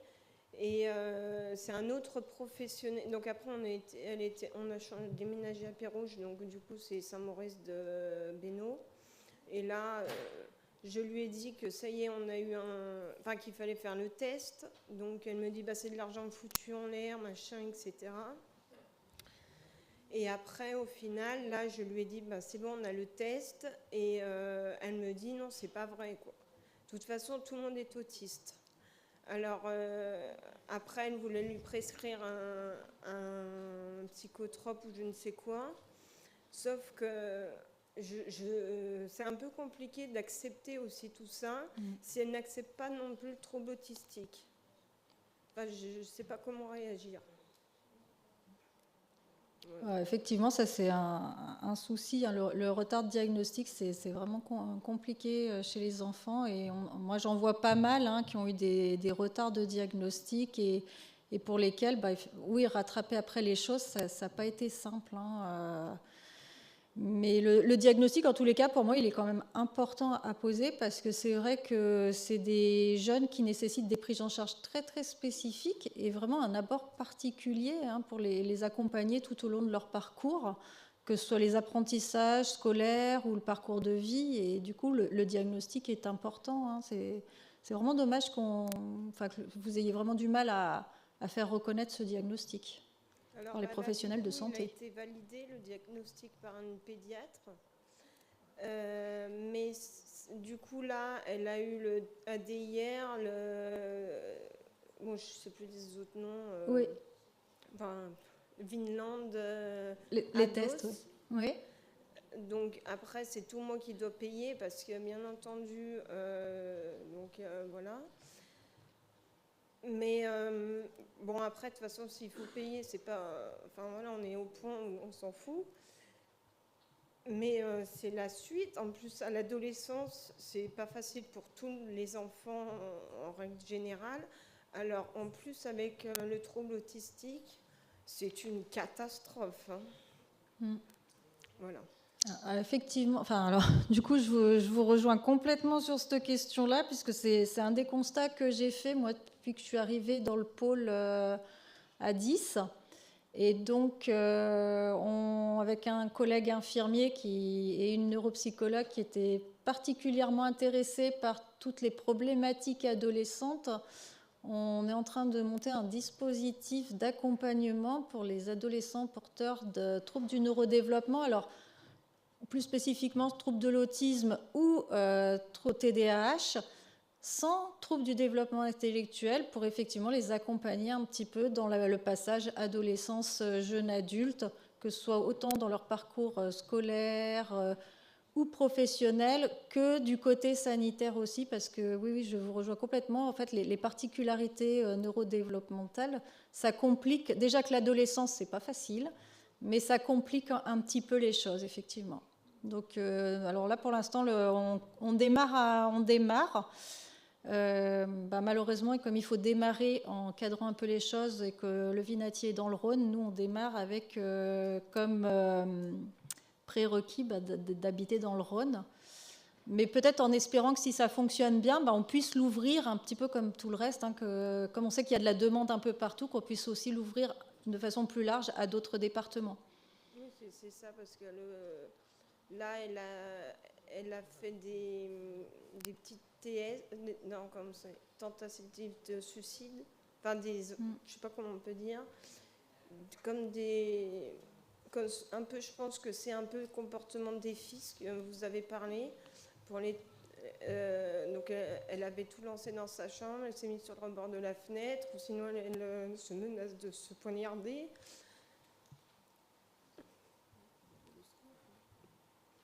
Après, je pense que si vraiment les enfants sont très en difficulté, il ne faut vraiment pas hésiter à interpeller le secteur sanitaire dont vous dépendez, le CMP. Le CMP, c'est ça le problème, c'est qu'ils ne sont pas doués.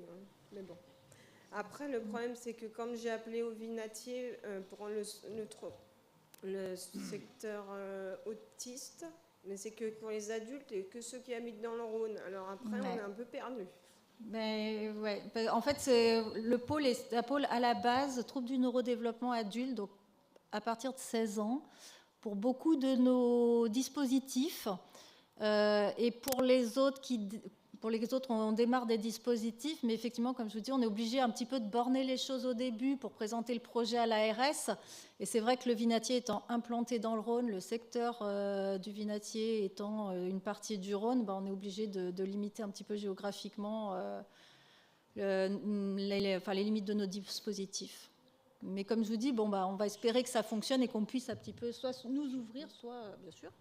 Merci.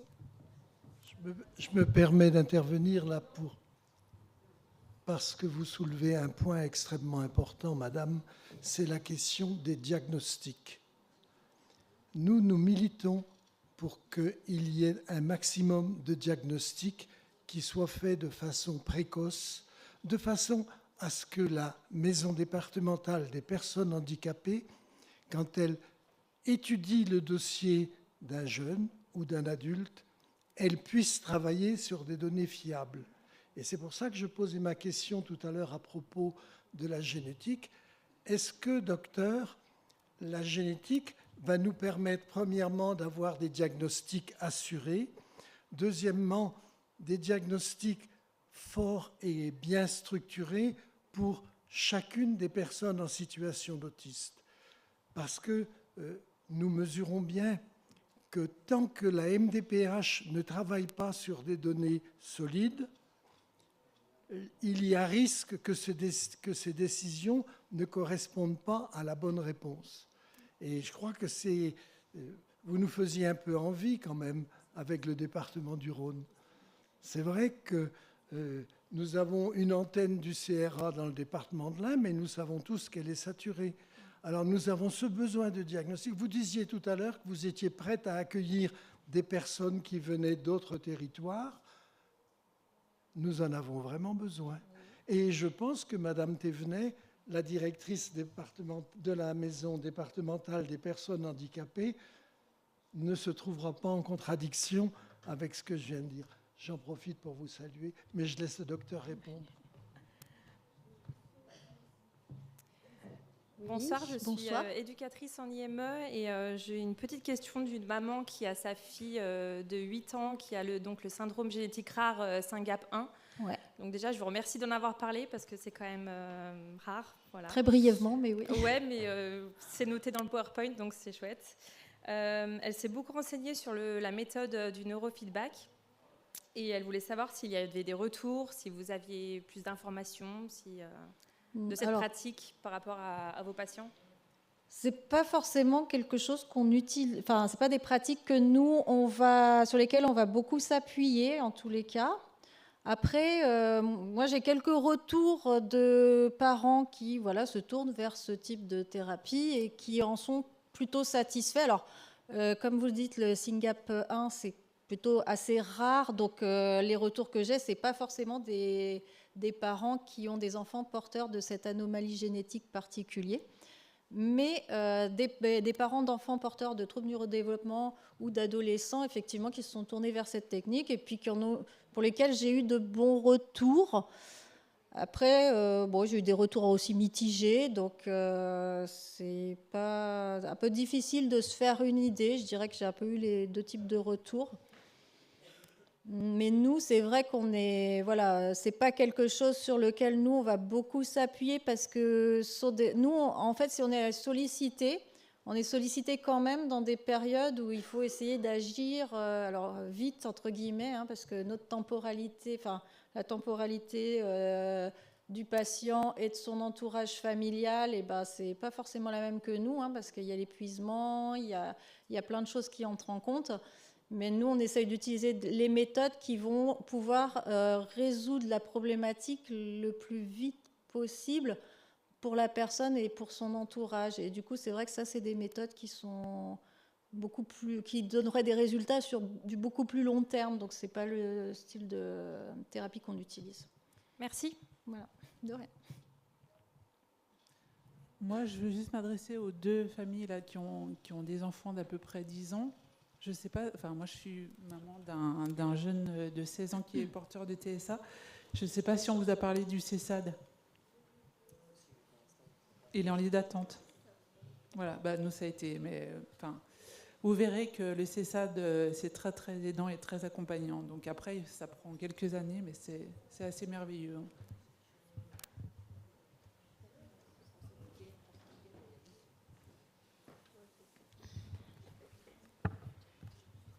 Oui, juste pour vous rejoindre, effectivement, quand les enfants ont la chance d'être accompagnés par un CESAD spécifique dans la prise en charge de l'autisme, c'est vraiment un plus pour l'enfant dans son parcours, ça c'est clair.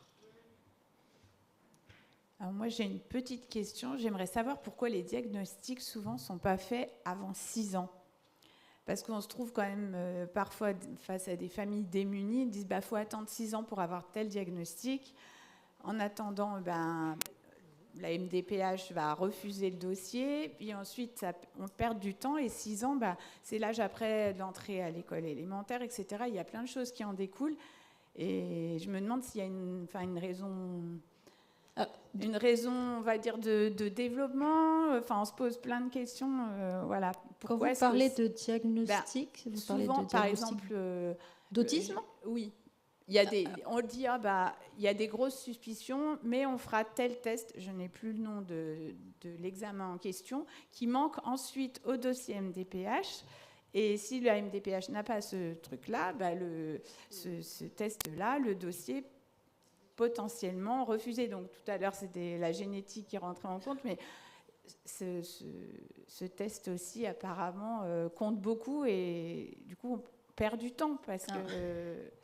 voilà. Alors, effectivement, donc, en fait, il faut savoir déjà, le diagnostic d'autisme, c'est un diagnostic clinique.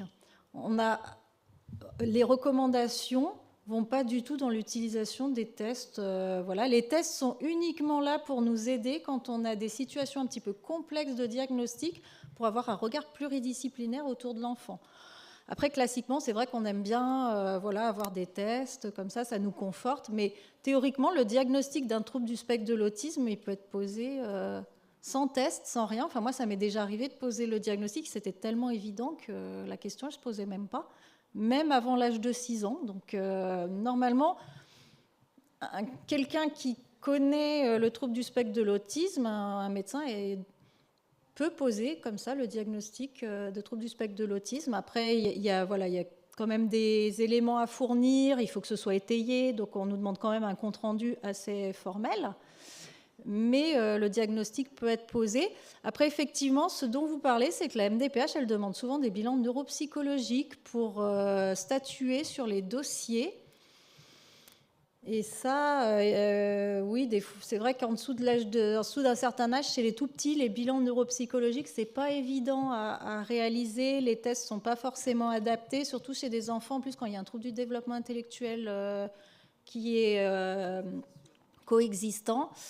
Mais moi, j'ai envie de dire alors pour le coup, c'est ce que j'échangeais tout à l'heure, je ne sais plus avec qui j'échangeais, mais moi, je fais également des expertises, donc principalement quand il y a des recours contre la MDPH. Et normalement, un dossier médical, quand vous faites une demande MDPH, il y a une partie qui est à remplir par la famille, une partie par le médecin.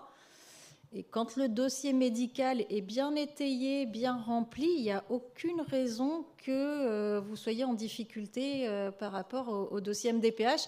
Et du coup, je vous dis ça parce que la plupart du temps, malheureusement, moi, je vais arriver plein d'adultes ou d'enfants devant moi. Et en fait, quand je vois le dossier médical, je ne suis pas étonnée que finalement, la MDPH, il se soit heurté à un refus, parce que c'est vrai que la MDPH, elle statue sur dossier, que quand il n'est pas étayé, pas rempli, c'est un peu compliqué d'allouer des droits. Voilà. Donc je pense que, honnêtement, alors moi, ça, je passe énormément de temps sur les dossiers médicaux MDPH à remplir, parce que pour les patients, c'est hyper important, ça leur ouvre quand même beaucoup de droits. Et je le sais d'expérience, s'il est mal rempli, effectivement, la MDPH, elle ne peut pas statuer. Donc, du coup, le diagnostic, il peut être posé, voire même c'est dans les recommandations maintenant, de le poser avant l'âge de 3 ans pour mettre en place des prises en charge précoces. Ça, c'est vraiment l'objectif.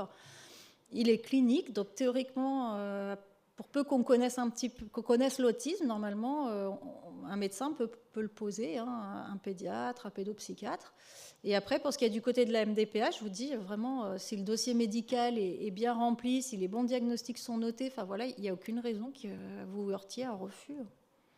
Enfin, ça, c'est ma vision, mais après, peut-être qu'il y a d'autres points de vue, voilà. Après, il faut voir avec la MDPH. Là, par contre, moi, la MDPH, j'y suis pas, mais... Disons que par expérience, quand même, ça arrive que la MDPH refuse.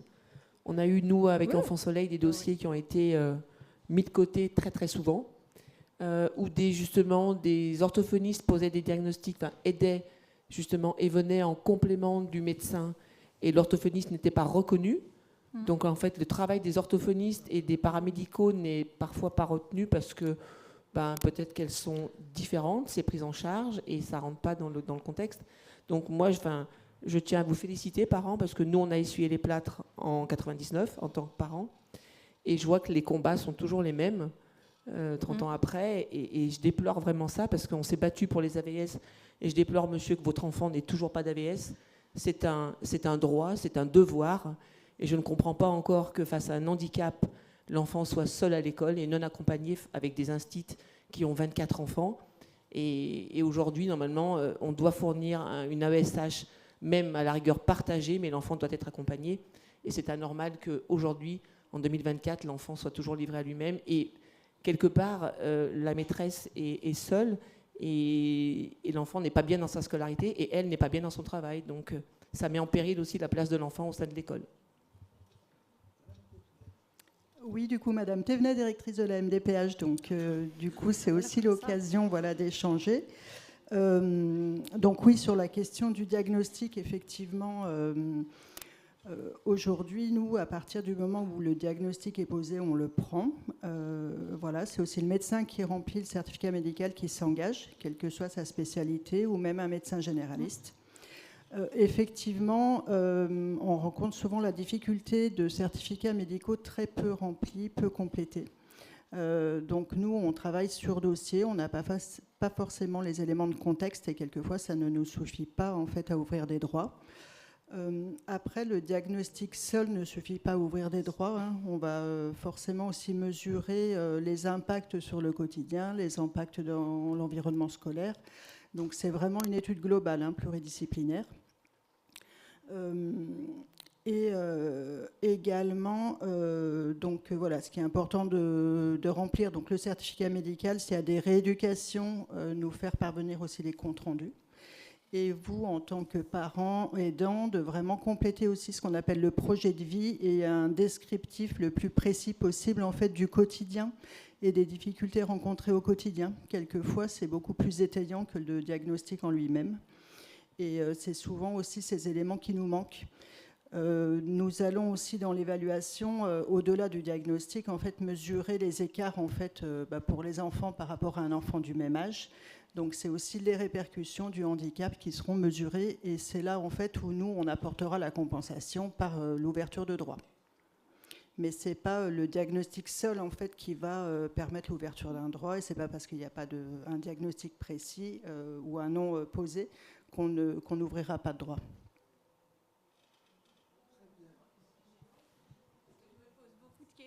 Là-dessus. Alors, un enfant qui aurait un profil haut potentiel, il n'a pas de retard, mais il aurait peut-être besoin d'une aide. Et enfin, moi, je me suis trouvée confrontée à être un petit peu, on va dire, choquée en me disant, cet enfant est autiste, mais avec un profil haut potentiel, et il n'a pas le droit à une aide parce qu'il a les acquis scolaires. En fait, c'est ça, on est toujours un peu ballotté par rapport à ça, parce que c'est pas qu'un handicap intellectuel, c'est aussi même s'il a les acquis scolaires, cet enfant-là, il faut qu'il puisse avancer encore plus parce qu'il a besoin intellectuellement d'avancer plus et pas d'être, on va dire, comme les autres intellectuellement, il est déjà au-delà. C'est ça en fait qu'on ne comprend pas. Enfin, parfois, nous, professionnels, on ne comprend pas les réponses de la MDPH dans le sens où on se dit, oui, peut-être qu'il a les acquis de sa classe d'âge, mais au vu de son profil, il pourrait aller beaucoup plus loin avec une aide. Enfin, oui, mais du coup, nous, on sera aussi on sera dans la compensation du coup par rapport à un enfant de la même classe d'âge. Et en fait, on va mesurer les écarts et voir là où on a besoin de compenser. Alors, sachant qu'il peut aussi y avoir dans le milieu scolaire des aménagements déjà faits dans le milieu scolaire. On parle déjà d'accessibilité et ensuite de compensation lorsqu'on est dans le champ du handicap.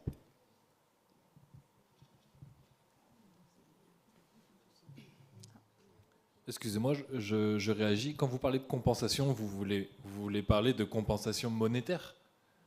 C'est ce que vous voulez dire ? D'accord, ok, c'est ce que je ne comprenais pas. Non, compensation au sens large, du coup. Au sens large, d'accord, ok. Parce que du coup, quand vous refusez un dossier, vu que je ne suis pas concerné, mais quand vous refusez un dossier, est-ce qu'il y a une vraie aide en réponse derrière où vous redirigez les personnes vers d'autres professionnels, vers d'autres centres, d'autres instituts, ou est-ce que c'est juste non, on vous refuse et parce que vous n'avez pas le droit à ces aides ? Alors en fait, nous, on va statuer sur... on a tout un panel d'aides dont les droits sont ouverts par la MDPH. Donc on va statuer sur ces demandes-là, sachant qu'on fait une évaluation globale. Donc même si le parent ou l'adulte demande une prestation, du coup on va forcément étudier sur l'ensemble des prestations. Voilà. C'est aussi notre rôle, voilà, d'information et d'ouvrir des droits si les personnes peuvent prétendre. Et ensuite, donc, si on ne peut pas répondre et s'il y a d'autres moyens de suivi ou d'autres réponses à apporter, en fait, on va conseiller aussi aux parents ou aux adultes. Voilà. D'accord, je vous remercie. J'avais une autre question, du coup c'était juste en réaction. Ma première question, en fait, vous avez parlé de temporalité tout à l'heure. Et en fait, pourtant j'ai bien suivi la conférence, hein, mais j'ai pas eu l'impression qu'on a vraiment parlé de comment ça allait se dérouler au fur et à mesure de la vie de l'enfant, ou comment ça commence et comment est mis en place le suivi tout le long de sa vie. Quand vous parlez de temporalité, est-ce que vous avez parlé de temporalité parce que... Je parlais en fait des causes de ce qui pouvait générer des comportements défis, puisqu'en fait aujourd'hui le thème c'est le comportement défi, et que des difficultés de repérage dans l'espace ou dans le temps peut générer des comportements défis. C'est-à-dire qu'un enfant, par exemple, un enfant qui a un trouble du spectre de l'autisme avec un trouble du développement intellectuel, comment dire, aura certains repères dans le temps, mais n'aura pas tous les repères comme nous. Donc, ils peuvent attendre des choses. Si par exemple, ils peuvent solliciter un adulte, et souvent, ce qui va générer un comportement défi, c'est de dire « Non, mais attends, t'inquiète pas, dans 5 minutes, dans un petit moment, je suis à toi tout à l'heure ». En fait, pour nous, ça veut dire quelque chose. 5 minutes, tout à l'heure, on sait à peu près, on arrive à imaginer un petit peu le laps de temps d'attente qu'on va avoir. Par contre, pour des enfants porteurs d'un trouble du spectre de l'autisme avec un trouble du développement intellectuel, 5 minutes tout à l'heure, après, ça ne veut rien dire. Et du coup, pour eux, on n'a pas répondu à leur demande. Et comme on ne répond pas à leur demande, forcément, ça va générer un comportement supplémentaire. Alors que c'est pour ça que je parlais de repérage dans le temps, parce que du coup, nous, on utilise énormément le timer pour ces enfants-là, parce que du coup, quand on leur dit 5 minutes, souvent, on met le timer sur 5 minutes, puis on dit, le rouge, quand le rouge va partir et que ça va sonner, on pourra faire ce qui était prévu. Et du coup, eux, souvent, ils regardent le timer avancer, et ça leur permet de se poser et d'attendre, parce qu'eux, ils savent quand est-ce que ça va arriver, en fait, leur demande. Enfin, quand est-ce que la réponse à leur demande va arriver. C'était vraiment dans ce cas très précis où je parlais de difficultés de repérage dans le temps, en fait. Ok, parce qu'en fait, on parlait de temporalité de diagnostic, et du coup, c'est ça que j'ai pas compris, en fait. C'est la temporalité de diagnostic, c'est sur quelle période, du coup? C'est ce que vous venez de dire? C'est ce que vous vouliez dire quand vous avez parlé de temporalité pour le diagnostic? Temporalité pour le diagnostic. Oui. Alors là, j'ai complètement oublié que j'ai parlé de ça, mais non, après, je ne comprends pas en fait la temporalité du diagnostic. Ou c'est peut-être une incompréhension de ma part, mais tout à l'heure, vous avez dit on a une temporalité très courte pour le diagnostic, il faut qu'on agisse. Pas pour le diagnostic, pour le diagnostic de la fonction du comportement défi. En fait, un comportement défi, c'est quelque chose qui va, comme vous avez pu le voir, c'est des comportements violents, c'est des comportements fréquents, c'est des comportements qui vont vraiment poser problème. Et quand on vient nous solliciter, souvent, les personnes, ce qu'elles souhaitent, c'est une réponse la plus rapide possible. Donc, effectivement, dans tout un panel de réponses, on aura des réponses qui vont être certainement plus rapides que d'autres. Et donc, nous, on va se tourner plutôt, dans un premier temps, vers ces réponses-là, pour permettre aux patients et à l'entourage de souffler le plus vite possible.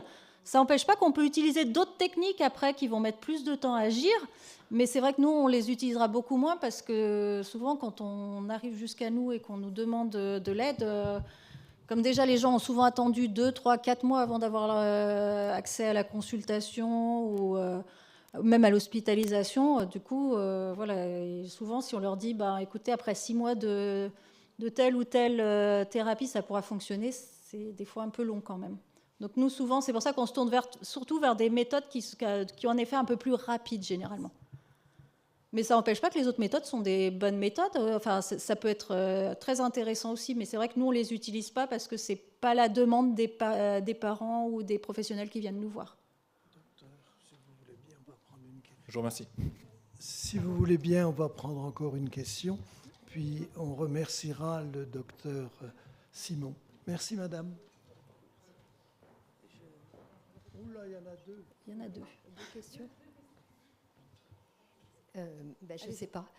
Moi, je voulais vous demander si vous avez des liens avec le CRA, le Centre régional de l'autisme, et si oui, lesquels? Alors, personnellement, j'ai beaucoup de liens avec le médecin algologue du centre du CRA, le docteur Sourti, qu'un certain nombre peut-être connaissent déjà.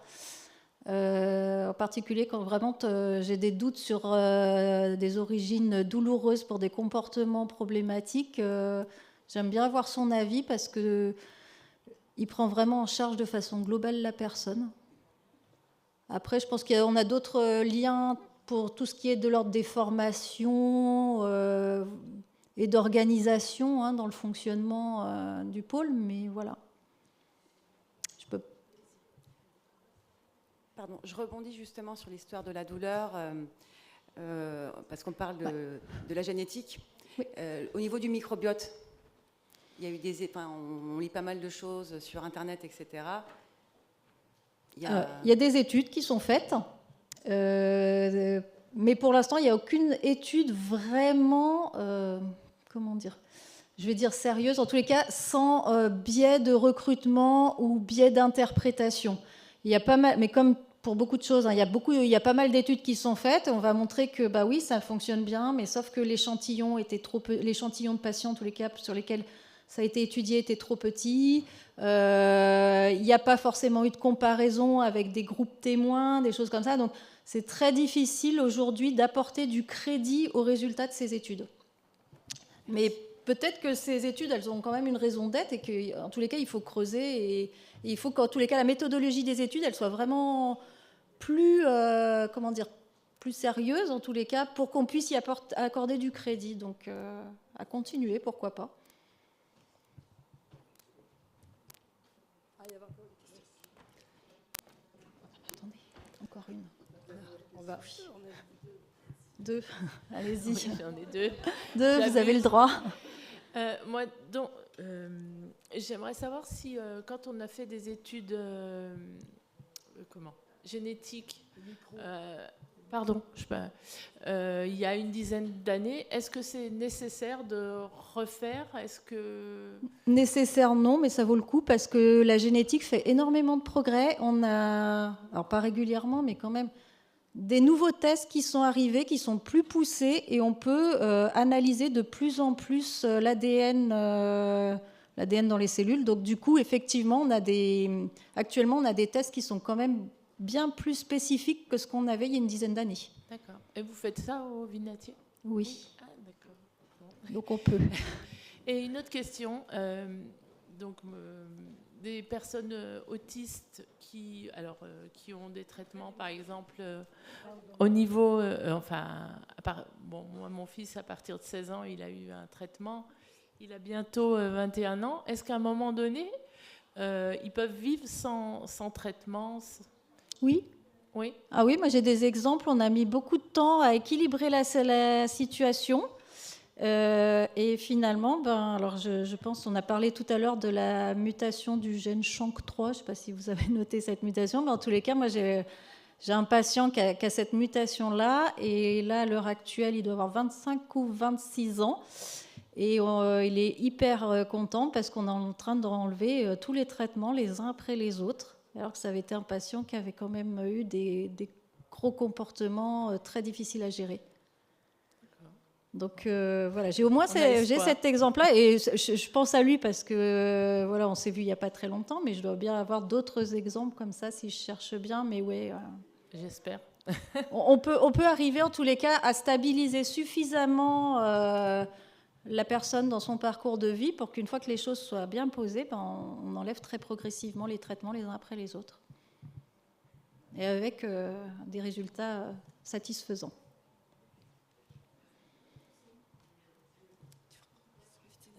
Encore une. Allez-y. Oui, je voulais rebondir par rapport au traitement qu'on donne aux jeunes autistes. Moi, je suis contre les neuroleptiques parce que, voilà, pour avoir vécu le parcours en tant que maman, mon fils, plus il en prenait, plus il était violent, agressif. Et lui, il m'a toujours dit, ça ne me sert à rien. Et un jour, à l'âge ado, il était suivi par un psychiatre. Et le psychiatre avait trop peur d'enlever ce médicament. Et mon fils lui a dit, je n'en veux plus, vous vous débrouillez. Il lui a dit, je ne peux pas l'enlever. Donc il a diminué progressivement. Et mon fils, après, il m'a dit, quelques années après, maman, j'ai beaucoup pris sur moi, ça a été très très dur, mais j'y suis arrivée. Et depuis, il n'a jamais retouché un médicament. Voilà. Donc je veux dire qu'il y a de l'espoir pour les jeunes parents. Bien sûr. Voilà, rien n'est perdu, il faut garder espoir. Voilà. Ah bah, je vous confirme, sinon moi je ne serais pas là non plus. Hein. Oui, mais moi non plus. Donc non, Voilà. oui, effectivement, des fois la solution, ça peut être. Alors j'ai d'autres collègues qui seraient encore, qui sont très, qui militent Et je me énormément, mais la retrouve- solution, je me c'est de retrouve- ouais. diminuer, voire d'arrêter les traitements, plutôt que de surajouter et de se retrouver face à des ordonnances, comme j'ai pu vous montrer tout à l'heure. Hein, et les choses font des fois Et mieux. tous les témoignages des jeunes parents sont très bouleversants parce que je me suis retrouvée dans leur situation. Voilà. Donc je leur souhaite bon courage. Merci Evelyne. Merci docteur. Nous avons beaucoup apprécié votre positionnement de praticien et de tous les apports que vous nous avez fait deviner. On a encore beaucoup à chercher ensemble.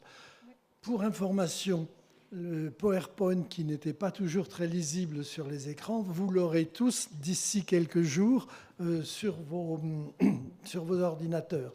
Donc là-dessus, pas de souci. On termine en buvant un petit coup de jus de fruits pour pouvoir dire que la soirée se finit bien. Et merci à Madame Thévenet pour sa disponibilité. Je veux quand même dire que la MDPH de l'Ain se caractérise par son attention à la situation des personnes, même si les décisions qu'elle prend peuvent toujours ne pas plaire. Merci beaucoup de votre présence. On a beaucoup apprécié de vous entendre et on salue aussi les personnes qui sont encore en visio. Bonsoir.